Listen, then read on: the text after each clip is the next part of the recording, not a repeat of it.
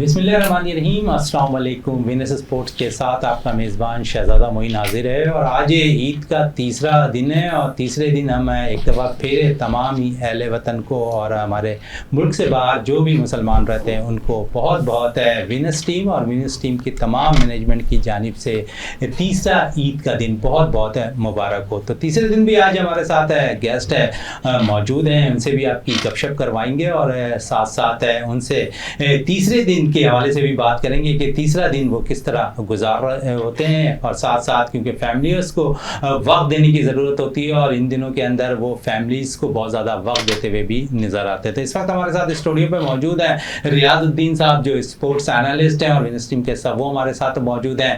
उनके साथ साथ यहाँ पर मौजूद हैं जावेद इकबाल भट्टी साहब जो स्पोर्ट्स एनालिस्ट हैं, वो भी हमारे तकरीबन स्पोर्ट्स के प्रोग्राम में हमारे साथ मौजूद होते हैं। तो वो भी आज हमारे साथ ईद के तीसरे रोज़ यहाँ पर मौजूद हैं।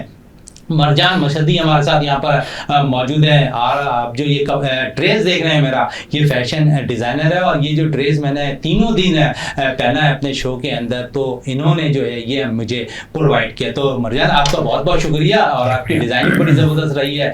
उनके साथ मौजूद है इकबाल मेमन साहब, स्पोर्ट्स एनालिस्ट हैं और तमाम रमज़ान में मुबारक के अंदर तमाम स्पोर्ट्स के प्रोग्राम में हमारे साथ इकबाल मेमन साहब मौजूद थे। अपने तजुर्बे से तजिए से जो है बाकायदा तौर पर हमें आगाह कर रहे थे, नाज़रीन को आगाह कर रहे थे क्या कुछ क्रिकेट में हो रहा है और दीगर खेलों में, और साथ साथ उनकी बहुत सी बातें सही भी होती हुई दिखाई दी। और जिस तरह उन्होंने कहा था कि बाबर आजम को एक दफ़ा फिर कैप्टनशिप में मिलने जा रही, तो अब वो हकीकत का रूप डाल चुकी है और बाबर आजम T20 और वनडे के कप्तान नामजद हो चुके हैं। तो इकबाल मेमन साहब आपका बहुत शुक्रिया।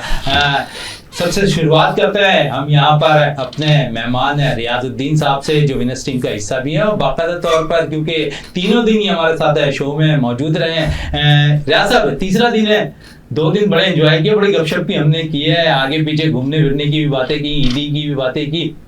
आज तीसरा दिन क्या प्लान लेकर आप जाएंगे, क्योंकि सुबह से लेकर शाम तक आपने अभी प्रोग्राम से कबल मुझे कहा है कि मैं ज़्यादातर सो रहा था और अब शाम की प्लान है, तो शाम में क्या क्या प्लान रखा हुआ है इस प्रोग्राम के बाद?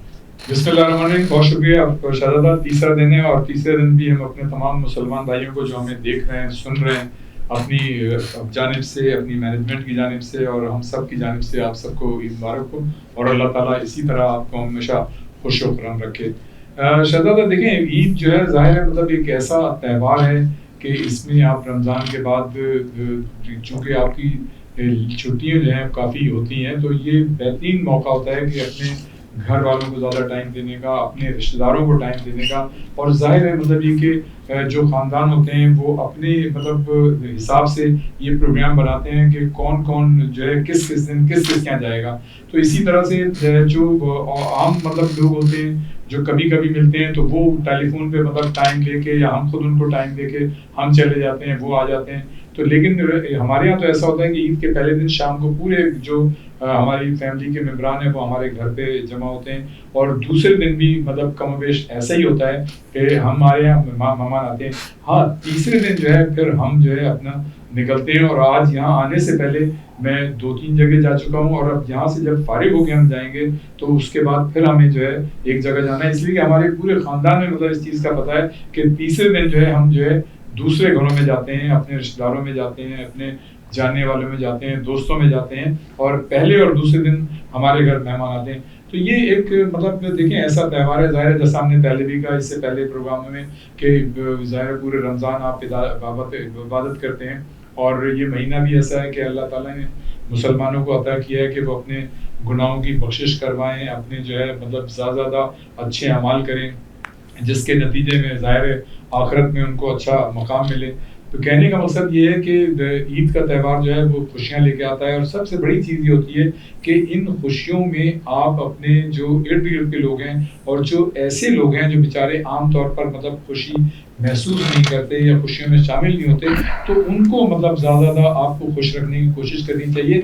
हमारा ये मिजाज हो गया है अनफॉर्चुनेटली, सॉरी टू से विद ऑल ड्यू रिस्पेक्ट, कि हम सिर्फ और सिर्फ मतलब अपनी हद तक देखते हैं। तो हम सबको, ये हमारे अपने लिए भी है, मेरे अपने लिए भी है और हम सब भाइयों के लिए है कि वो इस खास तौर से न सिर्फ पूरे साल बल्कि इन मतलब महीनों में और इन दिनों में जो अपने इर्द गिर्द के लोग हैं और ऐसे महरूम तबका है उनको जो है अपने साथ खुशियों में शामिल करें और उनको ज़्यादा से ज़्यादा एकोमोडेट और फैसिलिटेट करें। इसी में जो है मतलब ईद की खुशियाँ जो है मनाएं, आप ज़रूर खुशियाँ मनाएं, लेकिन जब तक आप उनको शामिल नहीं करेंगे तो आप खुशी जो है महसूस नहीं करेंगे। और ये इंसान की नेचर है, जब आप किसी दूसरे के लिए थोड़ा सा कुछ अच्छा करते हैं तो आपको अंदर से राहत मिलती है और यही वो खुशी होती है, यही वो नेकी होती है जो आपको अल्लाह ताला अता करता है, जो आगे के लिए आपकी मंजिलों को आसान करता है। तो मैं ये समझता हूँ कि हम जो है तीसरा दिन, जैसा मैं कह रहा था कि हम जो है मतलब दूसरी जगहों पे जाते हैं। अच्छा, इन 3 दिनों में आपको खाने पीने का बड़ा ख्याल रखना पड़ता है। हो सकता है कि मतलब आपको अपनी जो अच्छी डिशेज हैं वो खाने को मिलती है, तो कहीं ऐसा ना हो कि आप जो है ज्यादा खा लें और फिर बदहज़मी हो जाए। चलिए बदहज़मी हो जाए। जावेद इकबाल भट्टी साहब हमारे साथ मौजूद है, खाने पीने के बड़े शौकीन है और खासकर बिरयानी के बड़े शौकीन है। और ये कहीं पर भी जाता है ये कहता है कि मैं 1 प्लेट से मेरा गुजारा नहीं होता, 2 प्लेट मुझे चाहिए बिरयानी की। तो आज हमारे साथ जावेद इकबाल भट्टी भी मौजूद है। इनसे जो है लालू खेत की बिरयानी से ज्यादा जो है कुरंगी की जो बिल्कुल ये भी पता करेंगे कहाँ की बिरयानी सबसे ज्यादा इनको पसंद है। जावेद इकबाल भट्टी साहब है, ये आपके लिए मशहूर है कि आप 1 प्लेट बिरयानी नहीं खाते, 2 प्लेट खाते हैं। ईद के दिनों में 3 दिन आपने घर पे बिरयानी बनाई होगी जरूर। बहुत शुक्रिया मोइन भाई। ईद के दोनों दिनों तो आपको पता बनती है क्योंकि बहन भाई वगैरह आते हैं, वो आपको पता सबको निपटा दिया। आज तीसरा दिन है, आज आने से पहले प्रोग्राम बन रहा था कि आज क्या है। आज मेरी बहनें वगैरह जो हैं और मेरी बेटी वगैरह वो ये सब आएंगे, तो आज आपको बता दूं बिरयानी का प्रोग्राम तो है। बीफ प्रोग्राम तो आपको पता है कि तीसरा दिन। आज आपको पता है सारे कामों से फारिग हो गए, बच्चों को ईदी भी दे ली और जहाँ जिसने आना था सब मेहमान भी हमने भुगता दिए। अब जो है मेरे अपने बहन भाई जो हैं आज वो आएंगे और आज इंशाल्लाह बिरयानी का और दौरा होगा। और मैं तो कहता हूँ रियाज भाई को लेकर आप भी आ जाएं। तो ये है कि थोड़ा दावत भी मिल गई है बिरयानी की और तमाम ही जो मेहमान हमारे साथ यहाँ मौजूद है तीसरे दिन, इन्हें बाकायदा तौर पर आप दावत दे रहे हैं। मैं दावत दे रहा हूँ जी, आप आ जाए प्रोग्राम के बाद है यकीनन है। बिल्कुल आप आ जाए और मेरी महफिल को 4 चांद लग जाएंगे। आपको पता चलेगा कि बल्दिया की जो बीफ बिरयानी होती है वो कैसी होती है। वो बल्दिया की नहीं होगी, आज आप तो भाभी के हाथों की बिरयानी हमें खिला रहे होंगे। नहीं भाभी के हाथ तो आज के दिन अगर भाभी से पकवाओगे तो आप इसका मतलब हमें सड़क पर लाओगे भाईजान। आज बल्दिया से बिरयानी जो है आज तो बल्दिया की बिरयानी खिलाते में तो कोई अर्ज नहीं है और दावत देने में भी कोई अर्ज नहीं है। देखते हैं कि ये मतलब लेके जाते हैं नहीं जाते। रियाज भाई आप यहीं से मेरे साथ चलेंगे, आप चारों मेरे साथ चलेंगे। 2 अफराद बगल में बैठे हैं, उनको दावत नहीं। मरजान के बारे में जिस तरह मैंने इंट्रो में कहा था कि ये जो मैंने 3 दिन जो ड्रेस पहने हुए ये मरजान की डिजाइनिंग है और काफी अरसे से बड़े फेमस डिजाइनर है मरजान है। कुछ वक्त आपके साथ भी हमने गुजारा है और वक्त ऐसा लगता है कि बहुत तेजी से गुजर जाता है। काफ़ी दिनों के बाद आपसे मुलाकात हुई, एक वक्त था कि आपको बहुत बड़ा नाम था, फिर कोविड ने आपको काफ़ी मुतासिर किया, उसके बाद कुछ ब्रेक आया आपकी ज़िंदगी में, लेकिन एक दफ़ा फिर आप इसी मुकाम में जो माजी में मुकाम में हासिल किया हुआ था आपने, एक दफ़ा फिर उसी मुकाम में फैशन डिज़ाइनिंग में आप पहुँच चुके हैं। जी सबसे पहले तो आपको ईद मुबारक और सलाम के साथ और बहुत शुक्रिया आपने इनवाइट करा शहजाद भाई। और ये 3 दिन की जो ड्रेस थे आपके मैंने बड़ी मेहनत से डिज़ाइन किया। हाँ आज के दिन तो मैंने आपसे कहा था, इसरार किया था कि आप शेरवानी पहनेंगे, तो आपने पहनी, मुझे बहुत खुशी महसूस हुई। और हाँ ये कोविड से तो बिज़नेस से काफ़ी लॉस हुआ था, लेकिन उसके बाद फिर जब निकले काम ढूंढने के लिए तो फिर कुछ चैनल्स के लोग मिल गए उसमें। मैं ख़ास तौर पर सुंदस का थैंक यू कहूँगा, सुंदस ने हमें बड़ा साथ दिया और काफ़ी मुझे इंट्रोडक्शन कराया काफ़ी लोगों से। और आपके सामने की बात है कि मैं इस तरह से आपसे आके मिला हूँ, आपसे मुलाकात हुई, तो बहरहाल फिर सिलसिला चलता ही चला गया ये वो। अभी कल रात भी मेरी ईरानी डेलीगेशन से मुलाकात हुई है ये वो, सो उनसे मेरे बड़ा अच्छी मेरी। अच्छा ईद के दिन किस तरह गुजारते हैं, क्योंकि अगर हम देखें तो आज ईद का तीसरा रोज़ है, किस तरह अपने दिनों को गुजार रहे हैं, पहले दिन दूसरे दिन किस तरह गुजारा, क्योंकि इससे कबल तो काफ़ी प्रेशर हो रहा होता है आप लोगों पर फैशन डिज़ाइनर पर, क्योंकि रमज़ानुल मुबारक में बहुत डिमांड होती है। एक्चुअली बॉस हम रात में सोते नहीं हैं रमज़ानों में ना, सो वो पूरी रात काम चल रहा होता है, फिर सहरी वगैरह के बाद अफ्तार करके सहरी करके उसके बाद फिर थोड़ी देर आराम होता है, फिर 10 साढ़े 10 बजे सुबह भागना पड़ता है, फिर कारीगरों के पीछे मटेरियल लेना है, ये लेना है, वो लेना है, ये वो सब कुछ होता है। इस दफा बिजनेस कैसा रहा रमजान? बहुत अच्छा रहा इस दफ़ा, बिजनेस खुल के हुआ है, अच्छा रहा है। और ख़ास तौर में जेंट्स वैरायटी में बड़ा अच्छा कलेक्शन, सारे डिज़ाइनर्स ने अपनी तरफ से बड़ी मेहनत की है, बहुत अच्छा काम किया। मैंने मुख्तलिफ बाज़ारों का सर्वे किया और मुझे अंदाज़ा हुआ कि इस दफ़ा आवाम ज़रा खुल के सामने आई है और ख़रीदार भी है। लेकिन महंगाई तो बहुत है मरजान साहब।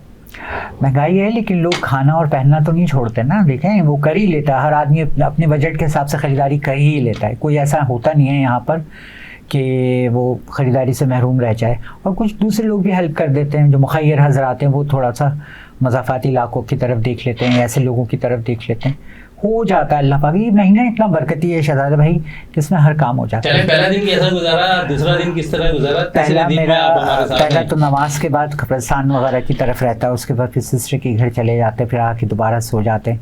शाम में कुछ दोस्त अहबाबों के हैं, लेकिन आज थर्ड डे है, आज मैं एक ईरानी कॉन्सुलेट है उनके साथ मैं आज बिज़ी हूँ, और आज मैं अपने फ्रेंड्स लोगों की तरफ निकलूँगा। चले फ्रेंड्स की तरफ निकलेंगे। इकबाल मेमन साहब हमारे साथ मौजूद हैं, जो रमज़ान मुबारक में हमारे स्पोर्ट्स के प्रोग्राम में कंटिन्यू हमारे साथ थे, मुख्तलिफ तज़किये से हमें आगाह भी कर रहे थे। अपने इकबाल मेमन साहब है, सबसे पहले तो बहुत बहुत मुबारक हो इसका तीसरा रोज़ आपको। और जिस तरह मैंने तमाम मेहमानों से कहा कि पहले दूसरे दिन किस तरह गुजारा, यही सवाल आपसे भी कर लेते हैं कि पहले दूसरे दिन किस तरह आपने गुजारा, तीसरे दिन तो आप हमारे साथ हैं।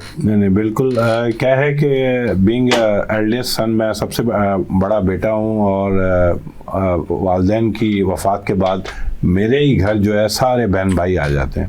तो ईद की नमाज के बाद कब्रिस्तान जाते हैं, फिर उसके बाद जब घर आ जाते हैं तो फिर वही बिरयानी का सिलसिला चल जाता है। मीठा तो ऑलरेडी बना होता है। आप भी शौकीन हैं बिरयानी की?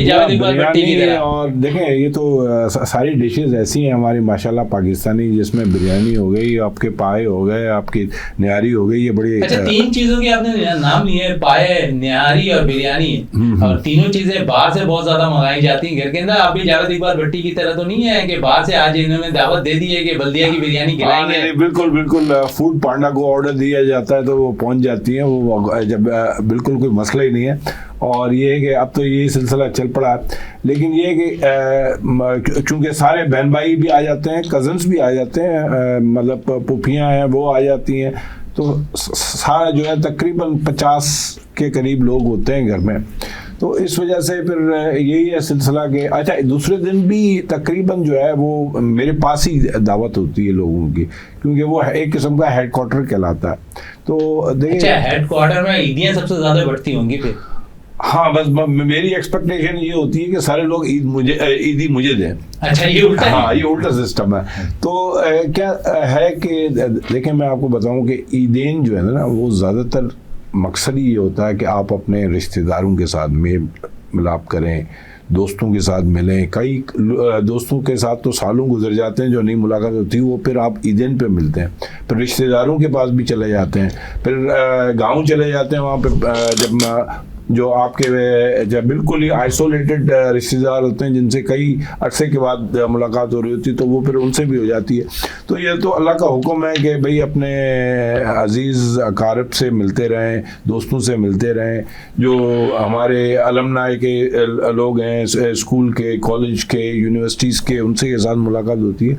तो ये 3 दिन बड़े खूबसूरत तरीके से गुजरते हैं। कभी कभी हम लोग आउटडोर भी चले जाते हैं, पिकनिक की तरह जो है वो आउटडोर भी चले जाते हैं। तो ये इसी तरह दिन गुजर जाते हैं। रियाजुद्दीन साहब से भी बात कर लेते हैं। रियाज साहब, बात करें, क्योंकि फैमिली के साथ तो वक्त हो जाता है, गुजर जाता है, दोस्तों को ईद के दिनों में कितना टाइम दे रहे होते हैं?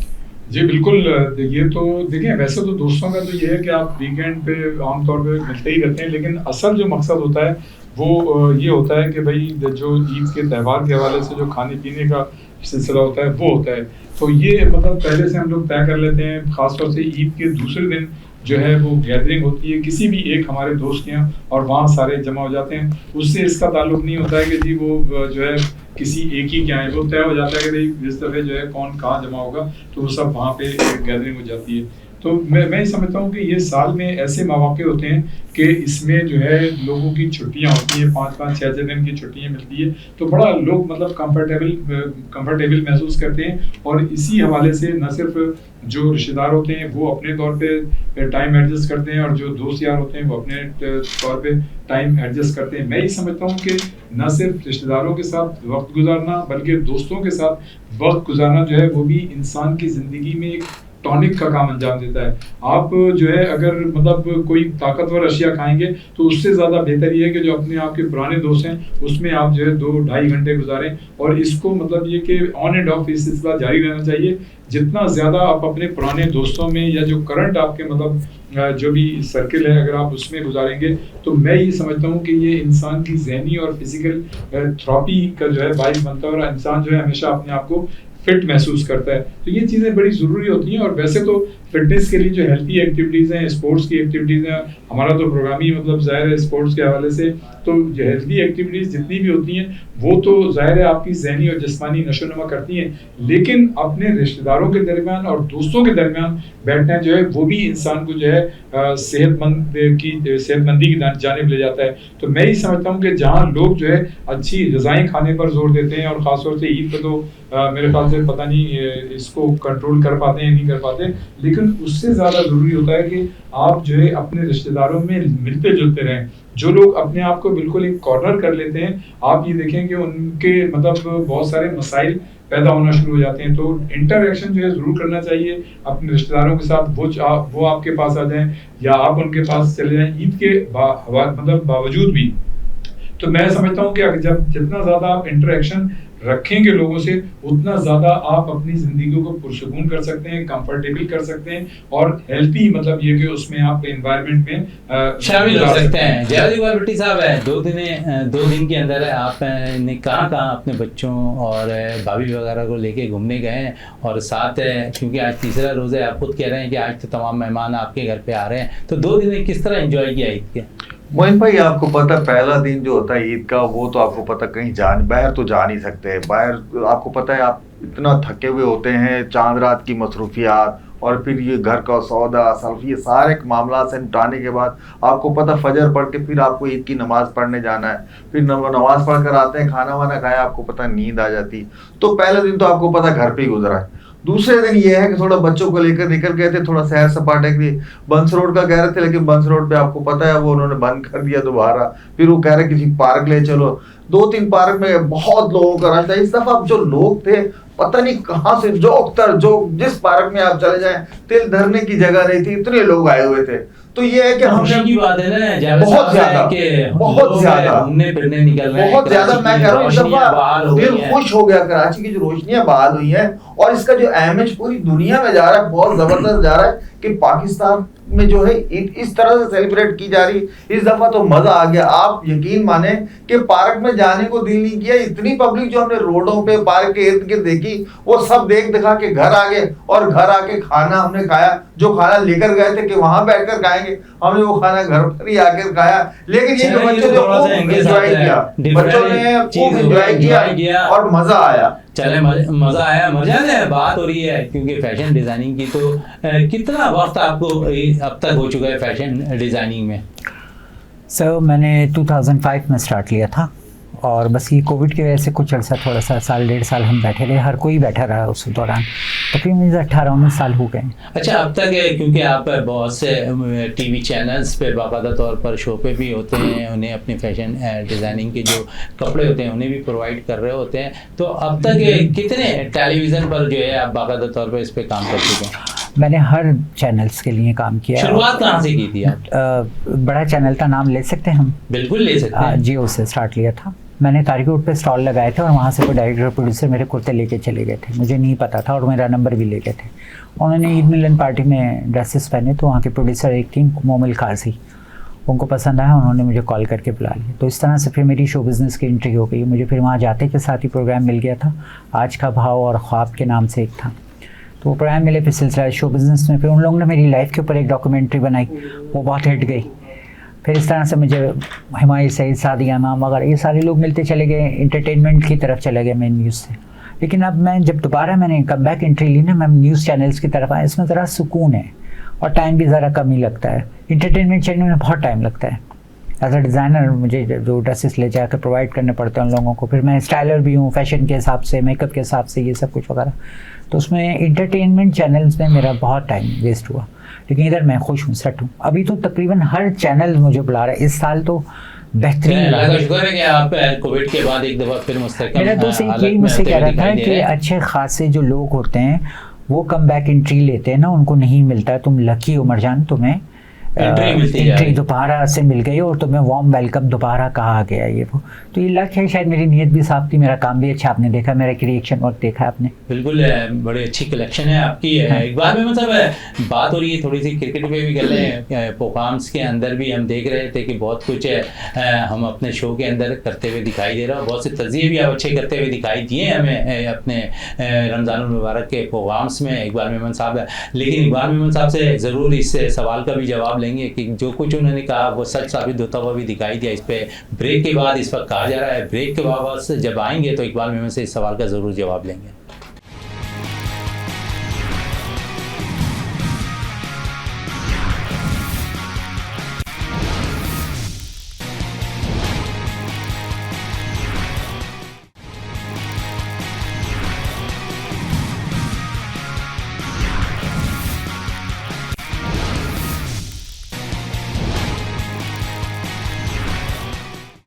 बिल्कुल, ब्रेक से पहले इकबाल मेमन से बात हो रही थी कि किस तरह उन्होंने रमज़ानुल मुबारक में जिस तरह उन्होंने कहा था कि बाबर आजम को एक दफ़ा फिर कप्तान नामज़द किया जा रहा है, उनके ज़राए कह रहे थे, और ये सब कुछ जब हकीकत पे तब्दील हो गया, T20 और वनडे की कप्तानी एक दफ़ा फिर बाबर आजम के सुपुर्द कर दी गई है। इकबाल मेमन साहब, तज़िये काफ़ी आपने अच्छे दिए थे रमज़ानुल मुबारक में, और एक दफ़ा फिर बाबर आजम कप्तान हो गए T20 और वनडे के, क्या कहेंगे उनके हवाले से?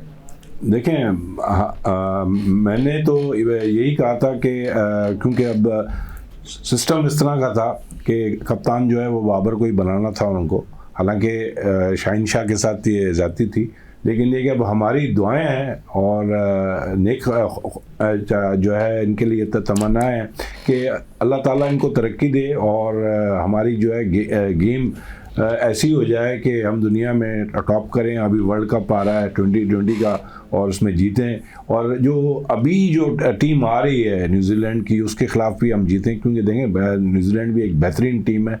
और तो ये मौका है बाबर आजम को एक ब्रेक के बाद कि वो जो है दोबारा अपने आप को एज ए कैप्टन जो है वो मनवाएं, क्योंकि देखें एज ए प्लेयर तो उन्होंने बहुत अच्छी परफॉर्मेंस दी है। हाँ, एक जर्क ज़रूर आया था एज ए कैप्टन, उनकी बैटिंग भी इतनी अच्छी नहीं जा रही थी और ऑन द फील्ड भी उनकी जो बॉडी लैंग्वेज थी वो इतनी स्ट्रॉन्ग नहीं थी। मगर ये कि अब उनको जब मौका दिया है पीसीबी ने तो उनको चाहिए कि वो शो करें, अपना लीडरशिप क्वालिटीज़ को शोकेस करें। और ये है कि जब उन्होंने इनके ऊपर उम्मीद रखी है तो जब उम्मीद पे पूरा उतरें और एक बेहतरीन कप्तान होकर दिखाएं, क्योंकि देखें इनके जो भी कंटेम्प्रेरी खिलाड़ी हैं, विलियमसन हैं, अपने रूट हैं, स्मिथ हैं, वो बेहतरीन हैं और वो कप्तानी भी कर चुके हैं कुछ अर्सा। मगर ये कि देखें एंड ऑफ द डे आप ये देखें कि बेहतरीन कैप्टन, बेहतरीन कप्तान ज़रूरी नहीं होता, लेकिन पीसीबी के पास कोई शायद और ऑप्शन नज़र नहीं आ रहा था, तो अब उन्होंने इनको मौका दिया है कि उन्होंने इनको मतलब उम्मीद की है कि ये बेहतर जो है शो करेंगे, तो इनको चाहिए कि वो उनकी उम्मीदों पे पानी नहीं फेरें बल्कि मेहनत करें और कुछ करके दिखाएं। बिल्कुल, कुछ करके दिखाएं और इख्तलाफात से दूर रहें। इख्तलाफात से दूर नहीं, चलें इख्तलाफाती पे थोड़ी सी बात करते हैं। रियाजुद्दीन साहब से भी इख्तलाफात की बात हो रही थी, तो माजी में अगर हम देखें मोहम्मद आमिर से बड़ी तसल है बाबर आजम की रही है, अम्माद वसीम से। अब ये भी पाकिस्तान के मुमकिन खिलाड़ियों की जो कैंप लगा हुआ है एबटाबाद में, वहाँ मौजूद हैं, ट्रेनिंग कर रहे हैं, तो कुछ आप समझते हैं कि जो इख्तलाफात की बातें कर रहे हैं यहाँ पर इकबाल साहब, उससे कितने मुत्तफिक आप नज़र आ रहे हैं, या फिर सबको एक लेकर चलने की कोशिश करेंगे बाबर आजम एक दफ़ा फिर? देखिए, उनके जो इख्तलाफात हैं वो किसी से छुपे ढके नहीं हैं और हमेशा से मीडिया की ज़ीनत बनते रहे, सबके मतलब ये कि आपको स्टेटमेंट जो है वो आते रहें, इसमें तो कोई शक नहीं। और अभी मैं किसी मतलब मीडिया में देख रहा था कि पाकिस्तान क्रिकेट बोर्ड जो है वो बाकायदा एक सेटिंग करा रहा है आमिर और बाबर आजम की और फिर इमाद वसीम की और बाबर आजम की कि वो जो इख्तलाफात उनके माजी के हैं वो उसको ख़त्म करें। इसलिए कि देखें आमिर और अम्माद जो हैं वो तो इस शर्त पे आए हैं कि वो वर्ल्ड कप की मतलब टीम में होंगे, तो इसका मतलब ये है कि वर्ल्ड कप ही तो एक सेंसिटिव आपका इवेंट है और उसी में तो आपको हारमोनी बरकरार रखनी है, उसी में तो आपको एक्स्ट्रा ऑर्डिनरी परफॉर्मेंस देनी है, उसी में तो आपको कंसंट्रेट और फोकस करना है। तो उसमें अगर मतलब ये कि इन खिलाड़ियों के ताल्लुकात जो है सही रहते हैं और इसकी ज़्यादातर जिम्मेदारी ज़ाहिर है बाबर आजम पे होगी, इसलिए कि जो बड़ा होता है टीम का कप्तान होता है उस पर ज़्यादा जिम्मेदारी आयद होती है कि वो किस तरह से टीम को लेके चलता है, किस तरह से खिलाड़ियों को लेके चलता है। तो देखिए हमें उम्मीद तो अच्छे की करनी चाहिए, लेकिन जो मतलब एक हमारा कल्चर है, सॉरी टू से with all due respect unfortunately, तो उसमें तो ये है कि मतलब ज़ाती मफादात जो हैं उनको निस्बतन ज़्यादा तरजीह दी जाती है कौमी मफाद पे। तो इंसान जो है जज्बाती हो जाता है और वो ये नहीं सोचता है कि जो अमल हम कर रहे हैं कि वो हमारा ज़ाती मफाद है या इसमें कौमी मफाद है। तो बाज़ औक़ात हम भूल जाते हैं और मतलब हम उससे उस रेड लाइन को क्रॉस कर देते हैं, जिसके नतीजे में आपको जो है ज़ाहिर परफॉर्मेंस ख़राब होती है और टीम जो है शिकस्त का शिकार हो जाती है। इससे पहले अगर इमाद वसीम से इनके बाबर आजम के ताल्लुकात सही होते तो इमाद वसीम की वो परफॉर्मेंस थी जो लास्ट वर्ल्ड कप में उनको टीम में होना चाहिए था, और आपने ये देखा कि हमारी टीम जहाँ जहाँ मैचेस में हारी वहाँ इमाद वसीम जैसे या शोएब मलिक जैसे खिलाड़ी की ज़रूरत थी। तो हम इस चीज़ को अंडरस्टैंड नहीं करते और हम जो है अना के जो है उसमें कायम रहते हैं, और यही कुछ जो है मतलब अक्सर कप्तान जो है हमने देखा है बहुत कम ऐसे कप्तान हैं जो इन चीज़ों को अवॉइड करते हैं, वरना ज़्यादातर हमने यही देखा कि ऐसा होता है। लेकिन अगर हम बड़े कैनवस पे देखें, दुनिया की दूसरी टीमों कप्तानों को देखें, तो मैं ये समझता हूँ कि उनमें जो है टॉलरेंस और पेशेंस का लेवल हमारे मतलब उनसे ज़्यादा होता है, गो के हमारे खिलाड़ियों भी होना चाहिए, लेकिन वो नहीं होता और वो चीज़ जो है हमारी परफॉर्मेंस पे नज़र असरअंदाज होती है, जिसकी वजह से हमारी परफॉर्मेंस जो है नेगेटिव चली जाती है और हम बड़े बड़े मतलब ये कि वर्ल्ड कप जैसे आसान मैचों में हम शिकस्त का सबब बन जाते हैं। आपको याद होगा कि बाबर आजम की क़यादत में इंडिया में जो जनूबी अफ्रीका का मैच हुआ था वो एक जीता हुआ मैच था और वहाँ से हम टर्निंग पॉइंट मिलता और हम सेमीफाइनल में मतलब कि बाकायदा फाइनल में भी पहुँच सकते थे, हमारी इतनी मतलब जो परफॉर्मेंस थी। लेकिन अनफॉर्चुनेटली वहाँ पे हम परफॉर्मेंस का मुजाहरा नहीं कर सके, गो कि हमारी टीम की जो परफॉर्मेंस थी वो तो मुतासिर हुई, हमारी जो फास्ट बॉलर थे जो टीम में नहीं रहे, जिनकी वजह से हमारा बैलेंस जो है आउट हो गया, हमारी परफॉर्मेंस गलत हुई। लेकिन कप्तानी के जो मतलब फैसले थे और जिस तरह से कप्तानी की हम उम्मीद कर रहे थे कि कप्तान जो है सही वक्त पर ग्राउंड के अंदर सही डिसीजन लेगा और उसका एक पॉजिटिव इम्पैक्ट जो है टीम की कारकर्दगी के पड़ेगा, वो अनफॉर्चुनेटली ऐसा नहीं हो सका। बाबर आजम नो डाउट बहुत अच्छे खिलाड़ी हैं, इंडिविजुअल कैपेसिटी में जिस तरह से वो रन्स बना रहे हैं, जिस तरह से वो आईसीसी की रैंकिंग में टॉप पोजीशन पे आ रहे हैं, तो वो हमारे लिए फख्र की बात है, हमारी दुआएं उनके साथ हैं। लेकिन जो 3.5 साल उन्होंने कप्तानी की, उन्होंने सीरीज भी जीती, मैचेस भी जीते, लेकिन जहां वर्ल्ड कप में उनको कप्तानी करनी चाहिए थी, जो उनसे एक्सपेक्ट किया जा रहा था, वो जाहिर कप्तानी नहीं कर सके। लेकिन अब चूंकि जाहिर पाकिस्तान क्रिकेट बोर्ड ने उन्हें बना दिया है, तो हमारी दुआएं जाहिर है पाकिस्तान क्रिकेट बोर्ड के सरबराह जो है मोहसिन नकवी साहब ने उन्हें साइन कर लिया है। तो साथ साथ मोहसिन नकवी साहब भी जो हम देखते हैं कि ईद के पैगाम दे रहे हैं, बाबर आजम भी कौम के जो है ईद के पैगाम देते हुए नज़र आ रहे हैं। बात कर रहे हैं क्योंकि बात हो रही है मोहसिन नकवी के हवाले से, बाबर आजम के हवाले से, अम्माद और आमिर के हवाले से, जैसा क्या कहेंगे? एक तवील अरसे के बाद हम देखते हैं कि पाकिस्तानी टीम का जो सिलेक्शन है, जो मुमकिन खिलाड़ियों का ऐलान होना है 18 रुकनी या फिर न्यूजीलैंड के खिलाफ सीरीज़ के लिए, सिलेक्टर के लिए बड़ा आसान होगा टीम को सेलेक्ट करना। जी मोइन भाई, इस दफ़ा जो है ना, आपको पता जो पूल हमें प्लेयर्स का दिया गया, जैसे ही काकोल में आपको पता ट्रेनिंग कर आए, और अब पूल इतना आसान हो गया, आपको टीम सेलेक्ट करना तो कोई मसला ही नहीं रहा। सिर्फ मैन मसला यही आ रहा था, जैसे 2 लड़कों ने रिटायरमेंट वापस लिया है, अमाद का और आमिर का, इनकी सिलेक्शन होनी है और ये कह रहे हैं कि जी इख्तलाफात ये वो। यार मोइन भाई, इख्तलाफात सिर्फ तब होते हैं अगर आप इन लड़कों को मीडिया पे जब आप बुलाएंगे ना, आप मीडिया के करंट शोज में आएंगे और ना चाहते हुए भी कोई ऐसा अल्फाज निकल जाता है आपका प्लेस के बारे में, सिर्फ बाबर की बात नहीं कर रहा, किसी भी प्लेस के बारे में निकल आता है, आप कोई वाकया सुना देते, तो ये चीजें होती हैं ये मीडिया पर आने से। इसीलिए आपको पता है जब सेंट्रल कॉन्ट्रैक्ट प्लेयर साइन करता है तो मीडिया से तकरीबन दूर ही रहता है। तो ये सारी चीजें सिर्फ मीडिया की वजह से पैदा हुई थी, और ये अमाद का या आमिर का कोई इनका खानदानी कोई दंगा फसाद कोई ऐसी बातें नहीं है, ये छोटी छोटी बातें हो जाती हैं। एक दफा जब टेबल टॉक जब होंगे, दोनों बैठेंगे तो ये सब मसले हल हो जाएंगे। रही बाबर आजम की कैप्टनसी की बात, आपको पता है बाबर आजम कामयाब कप्तान था, उन्होंने 70 में से 43 मैचेस आपको जीत कर दे दिए। ये तो देखिए ये सारी चीजें बाबर के साथ थी। अभी रियाज भाई कह रहे थे कि उनसे फैसले सही नहीं हुए वर्ल्ड कप में, बाबर से जो हम तवक्कुआ थी, भाई बाबर से फैसले वही होने थे। और ये आप खुद ही फरमा रहे हैं कि जब हमारा बॉलिंग कॉम्बिनेशन ही वर्ल्ड कप में जाने से पहले खराब हो गया, नसीम शाह के इंजर होने से खराब हो गया, तो ये सारी चीजें आप उसके पस मंजर में देखें कि बाबर ने क्या कैप्टनसी करनी थी, जो उसके पास चीजें थी उसने इस्तेमाल की। ये कैप्टनसी की बात नहीं होती। देखें अभी अगर बाबर को कैप्टनसी दे रहे हैं तो क्यों दे रहे हैं कैप्टनसी, आपको पता उसमें कुछ है तो कैप्टनसी दे रहे हैं, आप उससे मुज़ाकरात करने के बाद उसको कैप्टनसी दे रहे हैं। और रियाज भाई कह रहे हैं कि जी उसके फैसले जो गलत है। भाई जब आपके पास वो हथियार ही नहीं है तो आप कैसे जंग लड़ेंगे? जी रियाज साहब, बात खत्म होगी आपकी?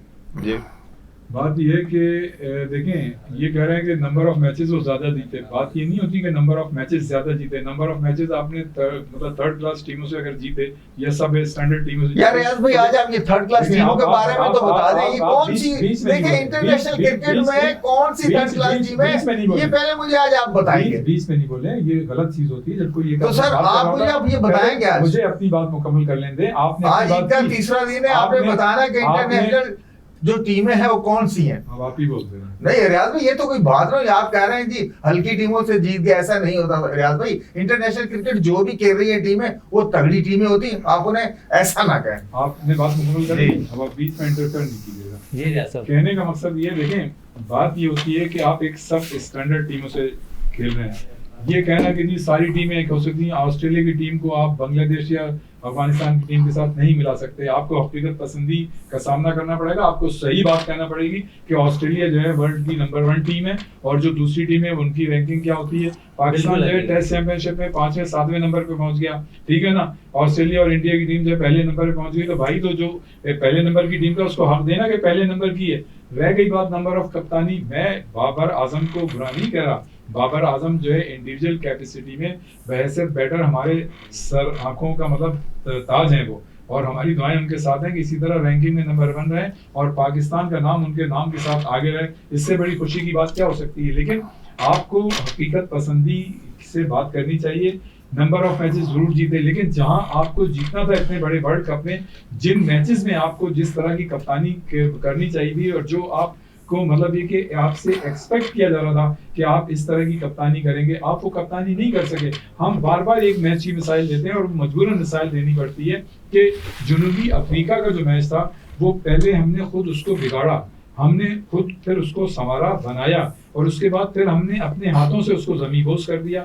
यानी 3 या 4 ओवर बाकी हैं, आखिरी जो है अपोनेंट टीम का खिलाड़ी जनूबी अफ्रीका का खेल रहा है, आपके 4 मायानाज बॉलर जो हैं वो अटैक कर रहे हैं और आपका कप्तान जो है मतलब ना उनको इंस्ट्रक्शन दे रहा है ना उनको कुछ बोल रहा है, बस वो आ रहे हैं रवायती गेंद करा रहे हैं और गेंद करा के चले जा रहे हैं। ओ भाई वहां पे या तो आप कोई स्पिनर लगा लेते, चलें फास्ट बॉलर लगा लेते। अगर सिर्फ आप नफ्सियाती दबाव में रखने की स्ट्रेटजी इख्तियार करते हो और आप अपने 9 फील्डर जो है बैट्समैन के सामने खड़ा कर देते तो यकीनन वो फंबल करता, कहीं ना कहीं गलती करता और आप जो है विकेट ले सकते थे।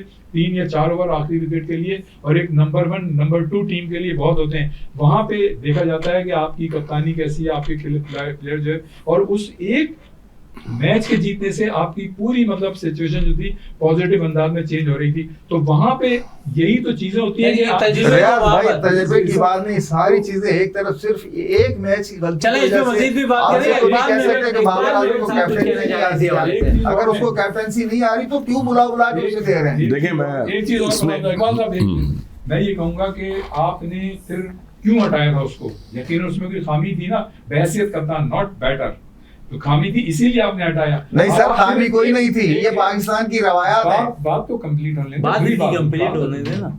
मैं नहीं बोलता, जब आप बोल रहे होते मैं बीच में एंटर नहीं करता और होना भी नहीं चाहिए ऐसा।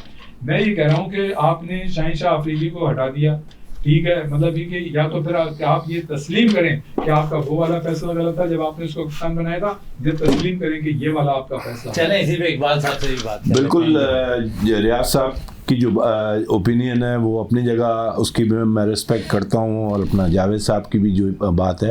लेकिन ये कि देखिए मैं आपको एक चीज़ बताऊं कि रैंकिंग में जो चीज़ें होती हैं ना, उसमें ये काउंट होता है कि कौन सी पिच पे, कौन से ग्राउंड पे, कौन सी टीम के ख़िलाफ़ खेला जा रहा है। तो इस वजह से रैंकिंग के हिसाब से बाबर आज़म की जो पोजीशन है ना, वो इतनी मज़ेदार नहीं है, क्योंकि वो बड़े लेड बैक रिलैक्स कैप्टन है। और वो प्रेशर के जो टूर्नामेंट हैं, जिसमें एशिया कप है और जिसमें वर्ल्ड कप है, वहाँ पे आके वो फंस जाते हैं। क्योंकि अच्छा, दूसरी बात ये है कि वो सीनियर खिलाड़ियों के साथ कंफर्टेबल नहीं रहते, वो रिलैक्स नहीं रहते। तो ये चीज़ें जो है वो बॉडी लैंग्वेज से उनकी जो है वो फील्ड में नज़र आती हैं। तो इसी वजह से बिल्कुल सही कहा रियाज साहब ने कि स्टैट्स के हिसाब से ऑस्ट्रेलिया, इंडिया हमसे ऊपर है, हम बहुत नीचे चले गए। इसकी वजह यही है कि हमने जो है ज़्यादातर जूनियर, हम ये नहीं कह रहे कि वो बुरी टीम है, लेकिन जूनियर टीमों से हमने मैचेस ज़्यादा जीते हैं, जिसमें जिम्बाब्वे आ गया, अफगानिस्तान आ गया, आपकी जो है वो आयरलैंड आ गया, सीरीज आ रहे हैं जी T20 में। हाँ, वो तो शादाब की क़यादत में।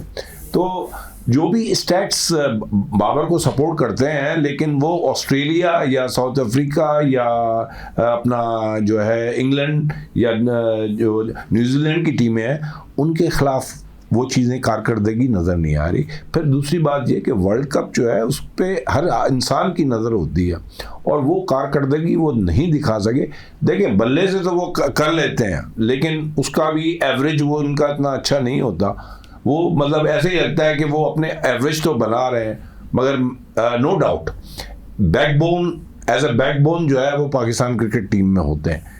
लेकिन एज अ कैप्टन सिचुएशंस जहाँ बनती हैं, जहाँ वहाँ पे वो डिसीजन मेकिंग वो कैसी करते हैं, वहाँ पे बड़े क्वेश्चन मार्क्स हैं। तो इस वजह से मैं समझता हूँ कि ठीक है, कप्तान उनको दोबारा उन्होंने मौका दिया है। 2 सीरीज़ थी, एक टेस्ट मैचेस की थी और एक 2020 की थी। उसके बाद इनको दोबारा PSL के बाद जो है इनको वो मौका मिला है, उम्रा भी करके आ गए हैं, अब तो रिलैक्स होंगे, तो हो सकता है कि इम्प्रूव हो जाए। लेकिन देखें, मैंने आपको एक पहले भी कहा है कि he is not a natural captain.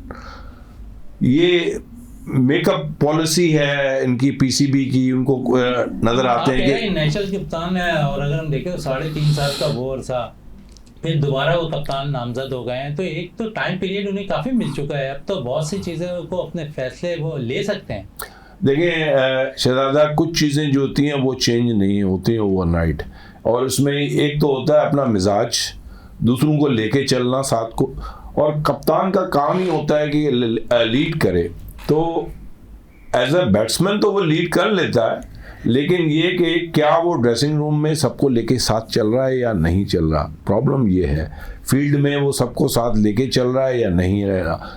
मुश्किल टाइम पे जहाँ पे फील्डिंग लैप्सेस होते हैं या कैचेस ड्रॉप होते हैं, तो वो उसका रिएक्शन क्या है टूवर्ड्स प्लेयर्स, जिसमें सीनियर भी होते हैं। एक बात आपकी बात को थोड़ा सा मैं आगे बढ़ाऊंगा, सॉरी टू कट। हाँ, देखें, जो करंट सिचुएशन होती है और प्रेशर सिचुएशन होती है, वहां पे पता चलता है कि आप अपनी चीजों को किस तरह से मैनेज करने की सलाहियत रखते हैं। जैसा आपने वर्ल्ड कप में देखा कि पैट कमिंस ने कितने मुश्किल हालात में, मुश्किल सिचुएशन में उसने इतने स्मार्ट डिसीजन लिए कि उनकी टीम हारी हुई मैच जो है वो जीतती चली गई, और फिर वो जो है वर्ल्ड कप भी जीत गए। जी, आप कंटिन्यू कीजिए। तो वही रियासत वाली बात के जो मुश्किल वक्त होते हैं ना, देखें हम पास में मैं पहले भी जिक्र कर चुका हूँ मुश्ताक मोहम्मद का, जावेद मियाँदाद का, even for that matter Imran Khan, Misbah, ये वो कप्तान थे कि मुश्किल वक्त में वो अपने आप को रिलैक्स रखते थे। फिर उनका जो है एक मेंटल जो सोच होती थी वो काम करती थी, और फिर वो कहीं ना कहीं से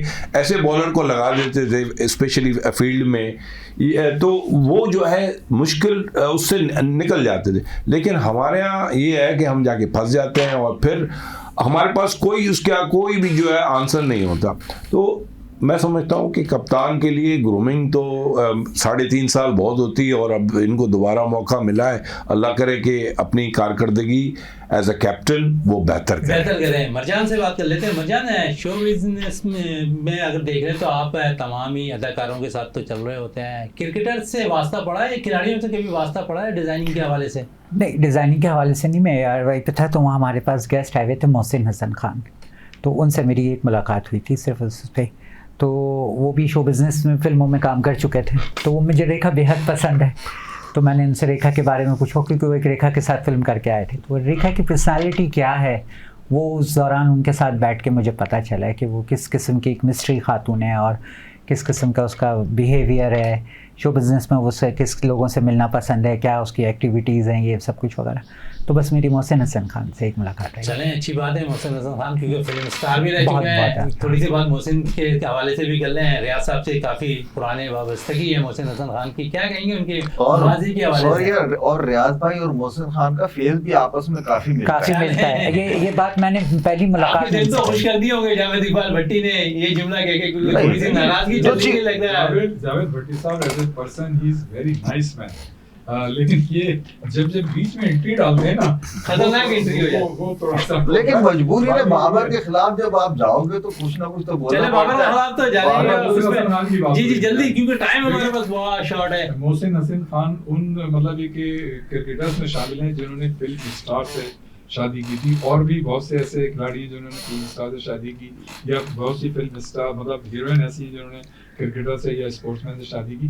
मोहसिन हसन खान ज़ाहिर है एक पाकिस्तान के बेहतरीन बायनाज बैट्समैन होते थे, और जो इंग्लैंड ने एक मरतबा इन्होंने इनिंग्स खेली थी पाकिस्तान के लिए, रन्स बनाए थे, वो ज़ाहिर है हिस्ट्री है, रिकॉर्ड है।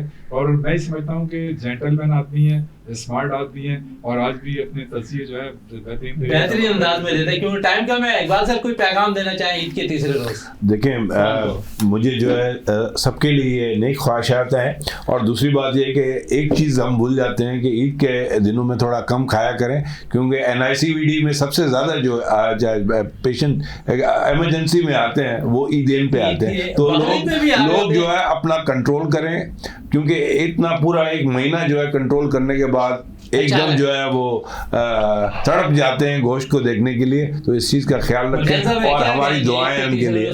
पैगाम क्या देना चाहेंगे? मैं नज़म सुना देता हूँ, ठीक है। परवीन शागिरी एक नज़म में कि कुछ तो हवा भी सर्द थी, कुछ था तेरा ख्याल भी, दिल को खुशी के साथ साथ होता रहा मलाल भी, सबसे नज़र बचा के वो मुझको था ऐसे देखता कि एक बार तो रुक गई गर्दिश माह साल। बात आधी रात की, बात वो पूरे चांद की, चांद भी हसीन चेप था, उस पे तेरा जमाल भी। क्या बात है, क्या बात है। जावेद साहब क्या कहेंगे, क्या पैगाम देना चाह रहे हैं? हमारा यही पैगाम है जो भी हमें देख रहे हैं कि भाई आपस में प्यार मोहब्बत से रहें। जो छोटे मोटे इख्तलाफात है इस ईद की बाबरकत दिनों के बदले में एक दूसरे के साथ, जिससे अभी तक आप नहीं मिल सके, आप मिलना चाह भी रहे हैं, अंदर से आपका ज़मीर कह रहा है मिल लें, लेकिन आपकी अना जो है वो आपको नहीं मिलने दे रही। खुदारा इन अना के खौल से निकलें और अपने प्यारों से मिलने जुलने के ये जो दिन है इन्हें ज़ाया मत करें और दरगुजर वाला मामला। चलें रियाज साहब। और क्या बात कही जावेद साहब ने, जबरदस्त। वो एक शेर है में पलटना झपटना, झपट कर पलटना, लहू गर्म रखने का है एक बहाना। तो ये तो खैर एक है, हमें हमेशा लहू गर्म रखना चाहिए, लेकिन लहू गर्म रखने के साथ साथ हमें जो है पेशेंस और टॉलरेंस का मुजाहरा करना चाहिए।